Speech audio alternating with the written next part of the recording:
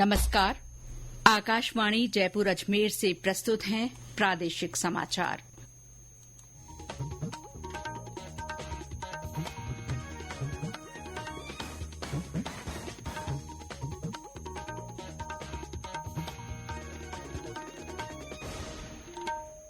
मुख्य समाचार। राज्य में आज व्यापक बारिश, 8 जिलों के लिए तेज बारिश का ऑरेंज अलर्ट जारी।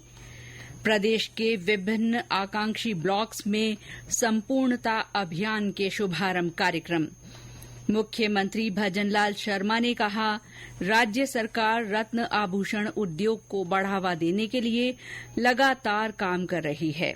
और प्रदेश के 66,000 सरकारी स्कूलों के बच्चों को मुफ्त पाठ्य पुस्तकें देने का कार्यक्रम आज से शुरू।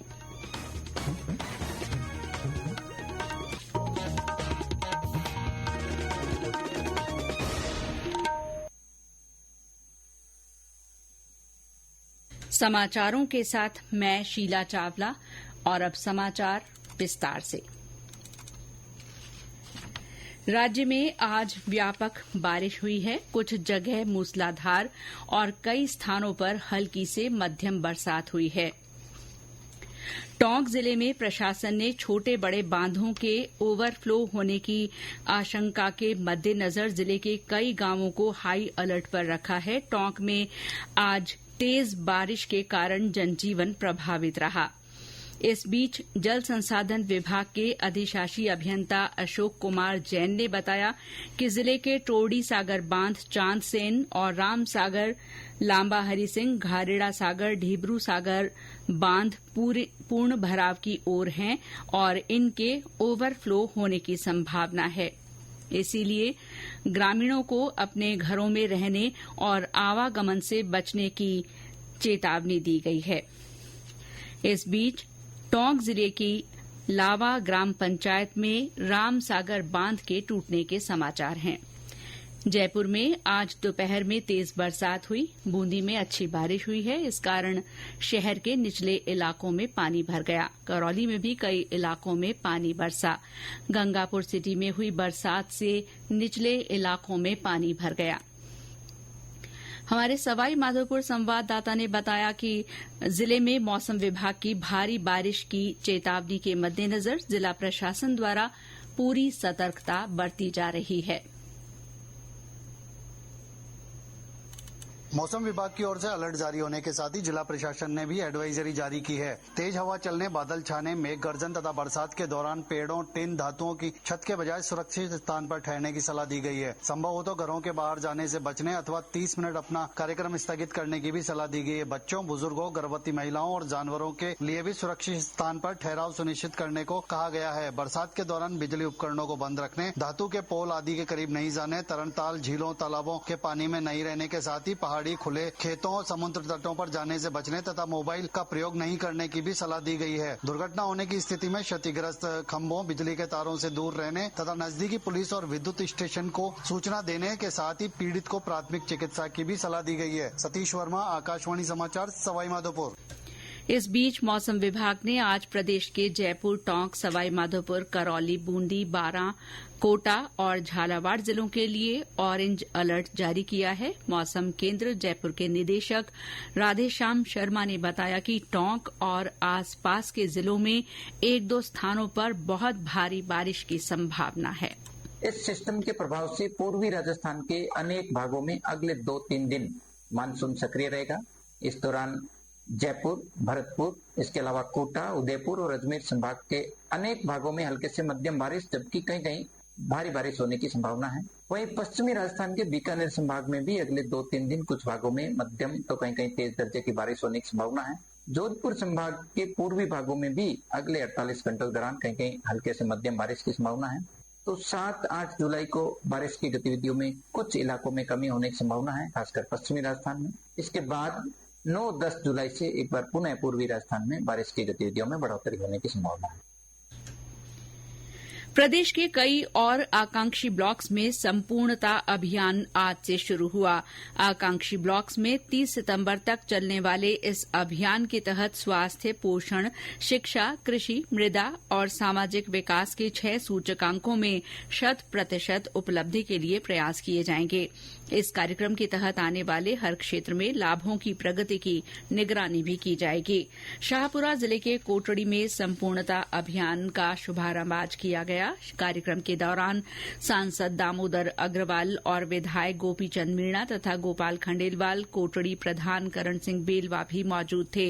इस मौके पर कोटड़ी ब्लॉक में विद्यार्थियों द्वारा जागरूकता रैली निकाली गई। दौसा जिले के रामगढ़ पचवारा में संपूर्णता अभियान का उद्घाटन कार्यक्रम राहूवास तहसील कार्यालय में किया गया। कार्यक्रम में नीति आयोग की नोडल अधिकारी विधि यादव, अतिरिक्त जिला कलेक्टर और पंचायत समिति के प्रधान ने भी शिरकत की। करौली जिला मुख्यालय पर इस कार्यक्रम के संदर्भ में जिला कलेक्टर नीलाभ सक्सेना के निर्देशन में संपूर्णता अभियान सभा का आयोजन किया गया। जिले के मासलपुर ब्लॉक में ये अभियान शुरू हुआ है। हनुमानगढ़ जिले के संगरिया में संपूर्णता अभियान के उद्घाटन के मौके पर जिला कलेक्टर ने लोगों को इसके उद्देश्यों की जानकारी दी। इस दौरान युवाओं को नशा मुक्ति की शपथ दिलाई गई। झालावाड़ जिले की खानपुर पंचायत समिति में इस अभियान के शुभारंभ कार्यक्रम में जिला कलेक्टर ने बताया कि अभियान के अंतर्गत 3 महीने में चिकित्सा विभाग, महिला और बाल विकास, कृषि तथा राजीविका से संबंधित इंडिकेटर्स में 100% लक्ष्य हासिल किए जाएंगे। इसमें हर दिन अलग अलग कार्यक्रम आयोजित किए जाएंगे। राजीविका द्वारा उत्पादों की प्रदर्शनी भी लगाई जाएगी। नागौर के जायल में संपूर्णता अभियान के शुभारंभ कार्यक्रम में जिला कलेक्टर और नीति आयोग के सलाहकार मौजूद रहे। सिरोही जिले में संपूर्णता अभियान का जिला स्तरीय कार्यक्रम के शुभारंभ सांसद लुम्बाराम चौधरी ने किया। जिला कलेक्टर शुभम चौधरी ने अभियान के उद्देश्यों की जानकारी दी। संपूर्णता अभियान का मेन जो गोल है वो ये है कि हमें 6 पैरामीटर्स में सैचुरेशन करना है, जिसमें आपका ANC जो प्रेग्नेंट महिलाएं हैं उनका फर्स्ट ट्राइमेस्टर में एंटीनेटल चेकअप हो जाए। उसके अलावा आपका इम्यूनाइजेशन जो है बच्चों का वो पूरी तरह हो जाए, 100% हो जाए, और सप्लीमेंट्री न्यूट्रिशन जो महिलाओं को मिलता है वो पूरा हो जाए। उसके अलावा सॉइल हेल्थ कार्ड डिस्ट्रीब्यूशन जो है वो हो जाए, और इसके अतिरिक्त हमारे स्कूलों में एक तो टेक्स्ट बुक्स जो हैं वो 1 माह के अंदर बंट जाए, और साथ में जो है वो सभी स्कूलों में बिजली पहुंच जाए। तो ये 6 पैरामीटर्स हैं। इसके लिए 3 महीने का समय दिया गया है भारत सरकार की ओर से। तो उनका सैचुरेशन हमें करना है, मतलब कि उनको 100% अचीव करना है। प्रधानमंत्री नरेंद्र मोदी ने ओलंपिक में भाग लेने के लिए पेरिस जाने वाले भारतीय दल से आज मुलाकात की। उन्होंने एथलीटों से बातचीत करते हुए विश्वास व्यक्त किया कि भारतीय खिलाड़ी इन खेलों में देश को गौरवान्वित करेंगे। श्री मोदी ने कहा कि ओलंपिक न केवल जीतने का बल्कि सीखने का भी बड़ा मौका है। उन्होंने एथलीटों की कड़ी मेहनत की सराहना की और कहा कि हमें आगे बढ़ने और जीतने के लिए दृढ़ संकल्पित होना चाहिए। ये समाचार आकाशवाणी जयपुर अजमेर से प्रसारित किए जा रहे हैं। मुख्यमंत्री भजनलाल शर्मा ने कहा है कि राज्य सरकार रत्न आभूषण उद्योग को बढ़ावा देने तथा उद्यमियों के लिए व्यापार को सुगम बनाने के लिए लगातार काम कर रही है। श्री शर्मा आज ज्वेलरी एसोसिएशन द्वारा जयपुर में आयोजित रत्न और आभूषण प्रदर्शनी जस 2024 के उद्घाटन कार्यक्रम में बोल रहे थे। उन्होंने कहा कि जयपुर में बनाए गए आभूषण अपनी खूबसूरती और शिल्प कौशल के लिए दुनिया भर में पहचाने जाते हैं। इसी वजह से राज्य सरकार द्वारा एक जिला एक उत्पाद योजना के तहत जयपुर में रत्न और आभूषणों को चिन्हित किया गया है, जिसके तहत राज्य सरकार इस क्षेत्र को और अधिक विकसित करने के लिए कार्य करेगी। राजस्थान की पहचान भी ज्वेलरी को लेकर के आज की नहीं है। पूरे राजस्थान में रत्न व्यवसाय यहाँ के कुशल कारीगरों द्वारा किया जाता है। राजस्थान का इतिहास जितना पुराना है उतना ही हमारे आभूषणों का भी इतिहास है। इतिहास में अगर आप देखेंगे हमारे आभूषण केवल सौंदर्य की वस्तु ही नहीं है, बल्कि इनका सांस्कृतिक और सामाजिक महत्व भी है। और सांस्कृतिक सामाजिक महत्व होने के कारण ये आभूषण उद्योग का राजस्थान हृदय है, इसे कहना कोई अतिशयोक्ति नहीं है। शिक्षा मंत्री मदन दिलावर ने आज जयपुर में राज्य स्तरीय कार्यक्रम में सरकारी स्कूलों के बच्चों को मुफ्त किताबें उपलब्ध करवाने के कार्यक्रम का शुभारंभ किया। इस कार्यक्रम के तहत प्रदेश के 66,000 सरकारी स्कूलों के बच्चों को मुफ्त पाठ्य सामग्री दी जाएगी।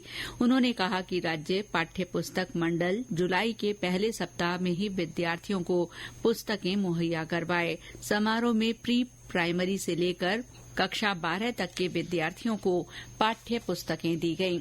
जयपुर जिले के जम्वा रामगढ़ में भी पाठ्य पुस्तकों का मुफ्त वितरण करने के लिए कार्यक्रम आयोजित किया गया। सरहदी जिले जैसलमेर के अमर सागर शहीद सागर मलगोपा उच्च माध्यमिक विद्यालय में निःशुल्क पुस्तक वितरण कार्यक्रम का आयोजन किया गया। नगर परिषद सभापति हरवल्लभ कल्ला ने विद्यार्थियों की हौसला अफजाई की। उन्होंने निःशुल्क पुस्तकों का वितरण किया। प्रदेश में जलदाय विभाग की ओर से 1 लाख पौधे लगाए जाएंगे। जलदाय मंत्री कन्हैयालाल ने आज जयपुर में जल भवन में पौधरोपण कर अभियान का शुभारंभ किया। जलदाय मंत्री ने इस मौके पर मौजूद लोगों को जल संरक्षण और पौधरोपण की शपथ दिलाई। जलदाय मंत्री ने इस दौरान नीर निधि निर्माण के तहत जल भवन में वेस्ट वाटर ट्रीटमेंट प्लांट का शिलान्यास भी किया। राज्य का कृषि विभाग भी लगभग 1,05,000 पौधे लगाएगा। कृषि आयुक्त कन्हैया लाल स्वामी ने बताया कि एक व्यक्ति एक पेड़ और एक परिवार एक पेड़ अभियान के तहत कृषि विभाग द्वारा सभी जिलों में विभाग के कार्यालय परिसरों और अन्य उपयुक्त स्थानों पर पौधे लगाए जाएंगे।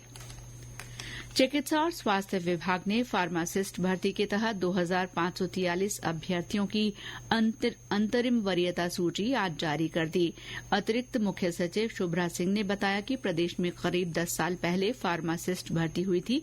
इसके बाद वर्ष 2023 में विज्ञापित फार्मासिस्ट भर्ती को पूरा करने के लिए विभिन्न कानूनी पेचीदगियों, एफआईआर, चुनावी आचार संहिता जैसी चुनौतियों के बावजूद मिशन मोड में काम कर अंतरिम वरीयता सूची जारी की गई है। और अंत में मुख्य समाचार एक बार फिर। राज्य में आज व्यापक बारिश हुई है। मौसम विभाग ने 8 जिलों के लिए तेज बारिश का ऑरेंज अलर्ट जारी किया है। प्रदेश के विभिन्न आकांक्षी ब्लॉक्स में संपूर्णता अभियान के शुभारंभ कार्यक्रम आयोजित किए गए। मुख्यमंत्री भजनलाल शर्मा ने कहा है कि राज्य सरकार रत्न आभूषण उद्योग को बढ़ावा देने के लिए लगातार काम कर रही है। और प्रदेश के 66,000 सरकारी स्कूलों के बच्चों को मुफ्त पाठ्य पुस्तकें देने का कार्यक्रम आज से शुरू हुआ। इसके साथ ही प्रादेशिक समाचार बुलेटिन समाप्त हुआ। नमस्कार।